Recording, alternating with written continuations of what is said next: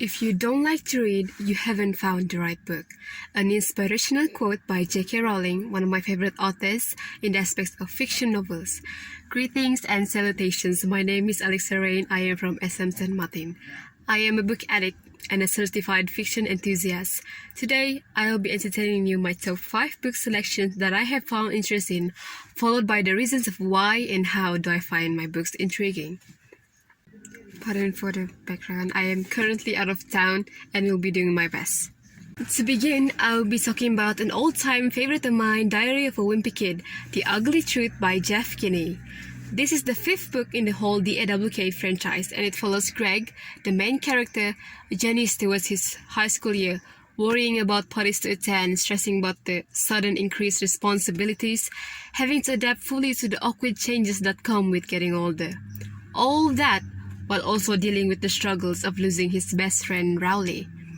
Now, Jeff Kinney never fails to entertain me and also his readers. His unique perspectives, followed by his ways of a comedy build-up, is always addictive and fun to read.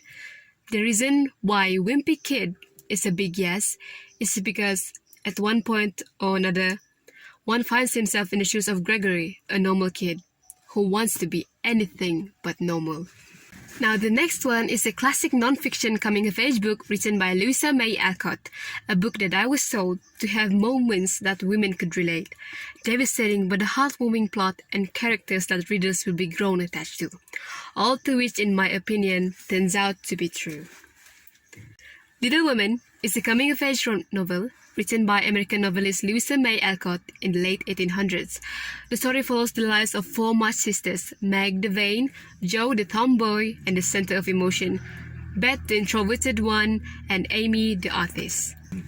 Now, the story involves the sisters dealing with the struggles of pursuing with the everyday life, being independent, because of the fact that their own father had to serve as a chaplain in the American Civil War.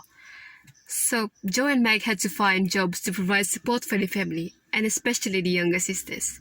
With that, Jo became an author who faces critiques a lot, and Meg tutors a nearby family of 4 children. The March sisters also try their best to maintain healthy relationships with acquaintances and friends to gain respectable face for the family. For example, of a family friend, a next-door neighbor, Laurie, who eventually fell in love with Jo and his father, Lawrence. So as the war goes on, they kept on being busy for the sake of family.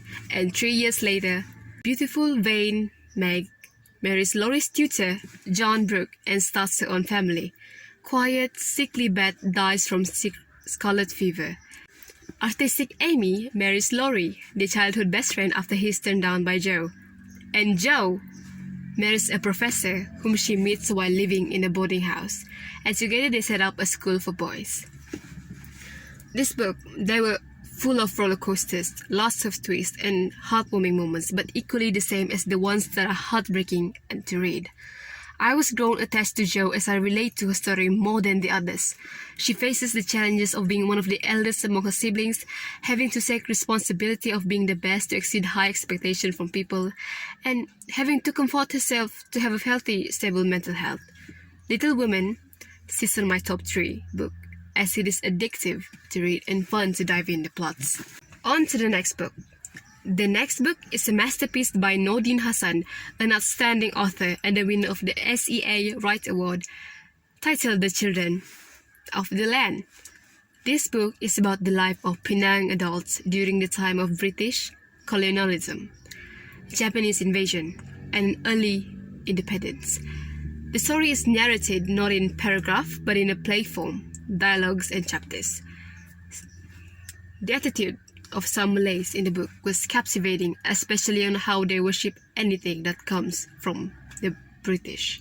And I was amazed by the line said by one of the characters. He said, "Democracy only if it suits their purpose." This is so related when the British controls Tanah Melayu and proceed to promote intellectual slavery under the shadow of democracy. This book is definitely suitable to be read and to be staged during Independence Day to tell how Tanah Melayu looks like before 1957. Also, one of my top 5 picks is a fictional novel by R.L. Stine, Goosebumps, Toy Terror, batteries included. The reason why I like this book so much is because it's a book entirely made to be a first-person perspective novel.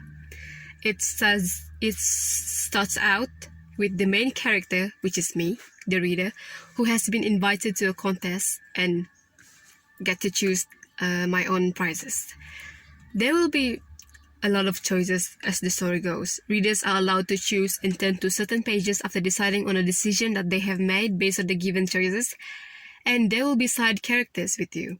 And it really helps you feel the vibe of being the main character in a novel. Choices are mine to choose, and endings are made based by the choices that were picked. So there will always be an alternate ending in this book, which is interesting. An interesting story to ride along. And the last book on my list is a well-known book known for its revolvement around a certain power of a ring, and the detailed description for otherworldly human being, and a book that has been adapted to a movie, which is The Lord of the Rings. A book full of mystical creatures and mystical magic.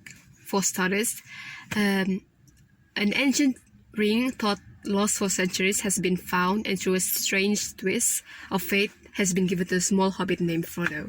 When Gandalf discovers that the ring is in fact the One Ring of the Dark Lord Sauron, Frodo must make an epic quest to the cracks of doom to destroy it. He was joined by Gandalf, Legolas the elf, Gimli the dwarf, Aragorn, Boromir, and several of his hobbit friends. Through mountains, snow, darkness, forests, rivers, and plains, facing evil and danger at every corner, the Fellowship of the Ring must go. The quest to destroy the One Ring is the only hope for the Dark Lord's reign, and, well, in the end they succeeded on destroying it, and found peace for the entire world, the great ending. I picked this book up, opened it, read the first few paragraphs, and was already in love with it. Despite being a novel with known creatures that are easily found in other fictional novels, The Lord of the Rings managed to turn the tables and make them more interesting. So, as a fiction lover myself, it felt like I was introduced to these creatures all over again. That was my feeling, which is a great feeling. That is all the top 5 book selections that I get to share today. Thank you for taking your time to listen to me, and thank you for listening.